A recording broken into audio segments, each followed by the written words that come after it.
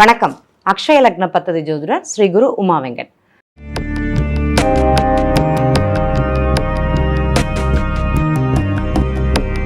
ஒரு நபர் கேட்டாங்க, ராசிக்கல் யார் போடலாம் யார் போடக்கூடாது. அவங்களுடைய கேள்வி என்னன்னு பார்த்தீங்கன்னா, நான் வைர மூக்குத்தி போடலாமா அப்படிங்கிறது அவங்களுடைய கேள்வி.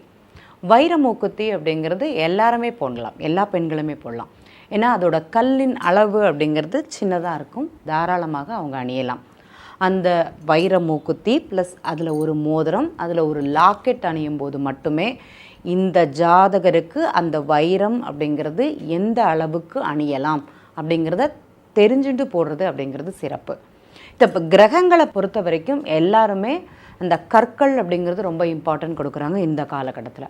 இப்போ வெளிநாட்டவர்களை பார்த்திங்கன்னா நிறைய பேர் அந்த ஜெம்ஸ்டோன்ஸ் போடுறது அவங்களுக்கு முக்கியமானதாக இருக்குது அவங்க வாழ்க்கையில்.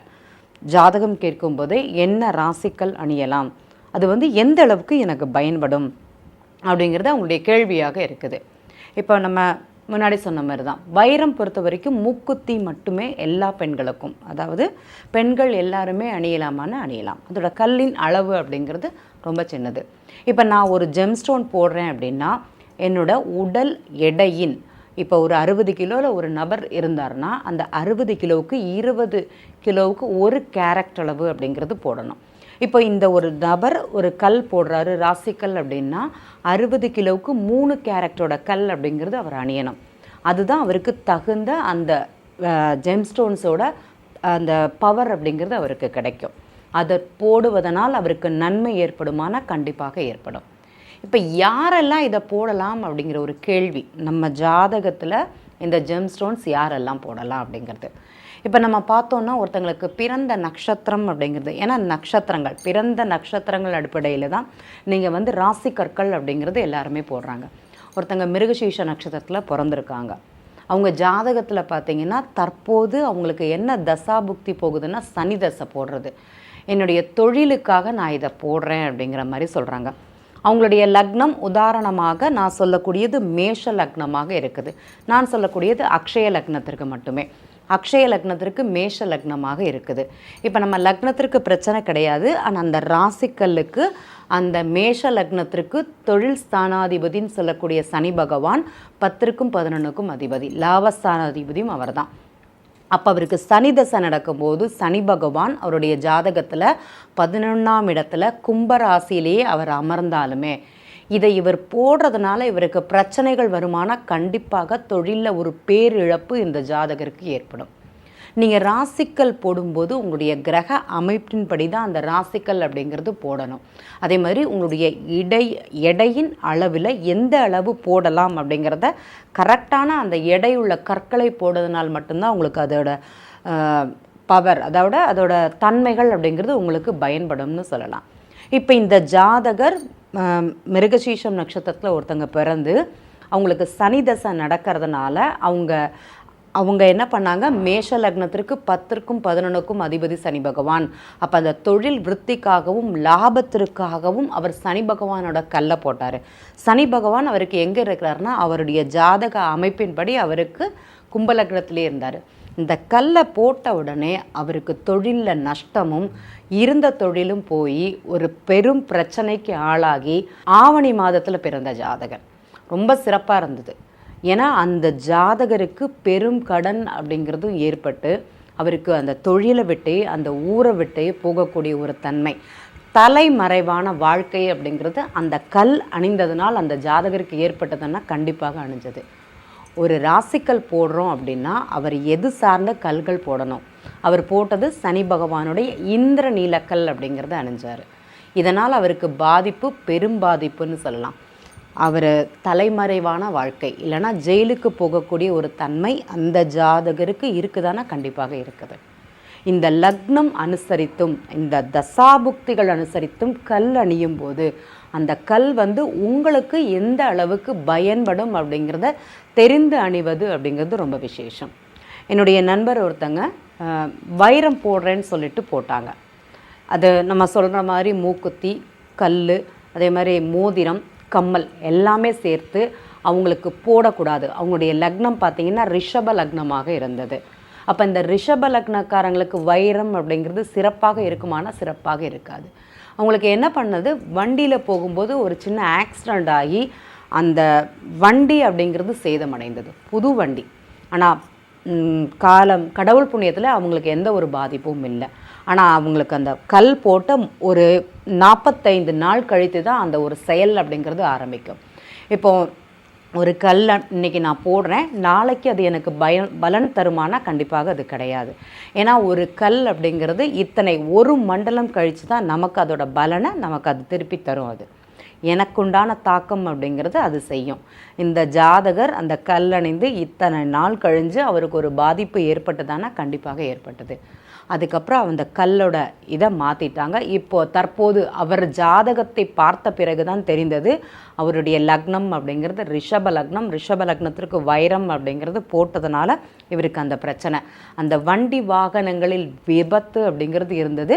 அந்த புதிதாக வாங்கப்பட்ட வண்டி அப்படிங்கிறது சேதமடைந்தது அவருக்கு. இது வைரம் போட்டதுனால தான் இவங்களுக்கு அந்த பிரச்சனையானா கண்டிப்பாக வைரம் அணிந்ததுனால தான் இது பிரச்சனை. இது வேறு ஒருத்தங்களுக்கு சொல்லலான்னா, ஒருத்தங்களுக்கு கேட்டை நட்சத்திரம் போயின்னு இருக்குது. இப்போ அவங்களுக்கு சூரிய தசை நடக்குது. அவங்க பிறந்தது பார்த்திங்கன்னா ஆகஸ்ட் மாதத்தில். இப்போ இந்த சூரிய தசைக்கு இந்த சூரியனோட கல் அணிவதனால் அந்த ஜாதகருக்கு பாதிப்பு இருக்குமானா கண்டிப்பாக பாதிப்பு இருக்கும். ஏன்னா நான் நட்சத்திரத்தோட கல் போடுறேன், தசாபுக்தியோட கல் போடுறேன். அந்த தசாபுக்தி எங்கே இருக்குது, இவங்களுடைய லக்னம் என்னது, அந்த தசாபுக்தி எந்த இடத்துலேருந்து நடத்துறது, இந்த சூரியனோட கல் அவருக்கு தாக்கம் தருமா, அரசியல்வாதிகளோட தொடர்பு இருந்த நபர் தற்போது எந்த ஒரு இடமும் இல்லாமல் ஒரு தாழ்ந்த நிலைக்கு சில கம்யூனிகேஷன் ப்ராப்ளத்தினால அவருக்கு இந்த வேலை மாற்றம் அப்படிங்கிறது ஏற்பட்டது.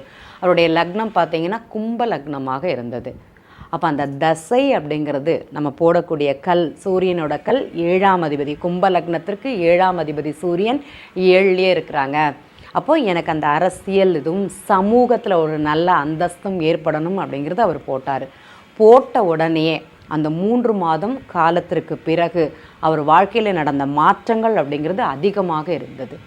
ஒரு கல் அணியறோன்னா என்னுடைய லக்னத்திற்கு, என்னுடைய வளரும் லக்னத்திற்கு, என்னுடைய அக்ஷய லக்னத்திற்கு நான் இந்த கல் அணிவதனால் எனக்கு பிரச்சனையை கொடுக்குமா அப்படிங்கிறத தெரிந்து செய்வது மிக மிக சிறப்புன்னு சொல்லலாம்.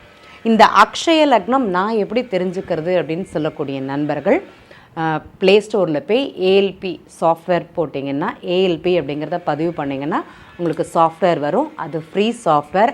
அதில் உங்களுடைய date of birth, time of birth, place entry பண்ணிங்கன்னா உங்களுடைய சார்ட் அங்கே இருக்கும். தற்போது நீங்கள் பிறந்த லக்னம் அப்படிங்கிறது அங்கே கொடுக்கப்பட்டிருக்கும். தற்போது உங்களுக்கு என்ன லக்னம் அப்படிங்கிறது ஏஎல்பி அப்படிங்கிறது கொடுக்கப்பட்டிருக்கும். அதில் என்ன நட்சத்திர புள்ளி அப்படிங்கிறது கொடுத்துருக்கும். இப்போது என்ன நட்சத்திரம் என்ன லக்னம் உங்களுக்கு இயங்குது, அதே மாதிரி அக்ஷய ராசி உங்களுக்கு எந்த இடத்துல இருக்குது தெரிந்து அந்த கல் அணிவது உங்களுக்கு சிறப்பாக இருக்கும்னு சொல்கிறோம். இன்னொரு ஜாதகம் பார்த்திங்கன்னா ஒருத்தங்களுக்கு குரு தசை நடக்கிறது. அந்த குரு பகவான் அவங்களுக்கு எங்கே இருக்கிறாருன்னா கும்பராசியில் இருக்கிறாரு. இந்த ஜாதகருக்கு குரு பகவான் நல்லா இருக்கும், ஒரு லாபத்தை கொடுக்கும், ஒரு சந்தோஷத்தை கொடுக்கும்னு அவர் நினச்சார். ஆனால் இவங்களுடைய லக்னம் பிறந்த நட்சத்திரம் பார்த்திங்கன்னா இவங்களுக்கு கார்த்திகை நட்சத்திரத்தில் பிறந்திருக்கிறாரு. அந்த குரு தசை இவருக்கு கடக ராசியில் இருக்குது. அப்போ இந்த கடக ராசியில் இருந்து குரு தசை நடத்தும்போது கும்பராசியில் உட்கார்ந்துருக்கிற குரு பகவான் இவங்களுக்கு ஒரு அழுத்தத்தை கொடுத்தாருன்னா கண்டிப்பாக அழுத்தத்தை கொடுப்பார். ஏன்னா அக்ஷய ராசி எங்கே இருக்குது, அந்த 4 வருடத்தில் அவர் இருந்த பெரிய ஒரு பொருளாதாரத்தையும் செய்த பிஸ்னஸையும் அதே மாதிரி குழந்தைகள்னால் ஒரு பாதிப்பும் அவருக்கு ஏற்பட்டதானா கண்டிப்பாக ஏற்பட்டது. இவ்வளவுமே இந்த குரு பகவான் செய்ய வைப்பார்னா கண்டிப்பாக செய்ய வைப்பார். ஒரு பெரும் பணம் இழப்பு இந்த ஜாதகருக்கு ஏற்பட்டது. அந்த குரு பகவானோட கல்லை அந்த 4 வருடங்கள் கூட கிடையாது, அணிந்த 2 வருஷத்துலேயே அவர் வாழ்க்கையில் அவ்வளோ பெரிய ஒரு மாற்றம் அப்படிங்கிறது அவருக்கு நடந்தது அப்படிங்கிறது உண்மை. ஏன்னா நம்மளுடைய வளரும் லக்னத்திற்கு, என்னுடைய அக்ஷய ராசிக்கு, என்னுடைய தசாபுக்திக்கு நான் எந்த கல்லை அணிந்தால் எனக்கு சிறப்பாக இருக்கும், எதற்கு எனக்கு அது நல்ல ஒரு பலன் கொடுக்கும் தெரிந்து செய்வது அப்படிங்கிறது சிறப்பு. நம்ம சிறு சிறு செயல்கள் அப்படிங்கிறது ரொம்ப பக்குவமாக பார்த்து செய்கிறோம். ஆனால் பெரிய பெரிய விஷயங்கள் செய்யும்போது ஒரு சின்ன நிகழ்வுகளால் அதை மிஸ் பண்ணிடுறோம்.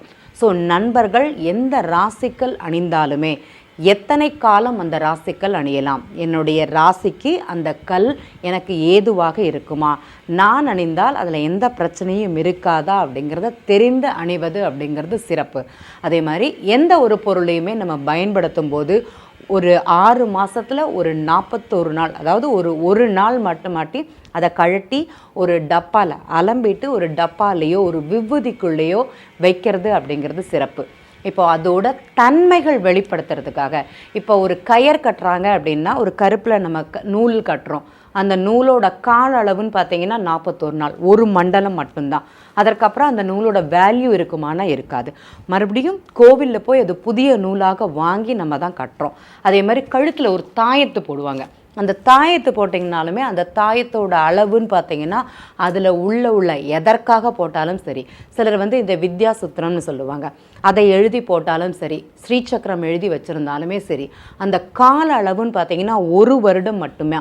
அதுக்கப்புறம் உள்ள அந்த தகட்டை எடுத்துட்டு புதிய தகடு எழுதி தான் அதை கழுத்தில் அணிவதாக ஒரு சம்பிரதாயம்.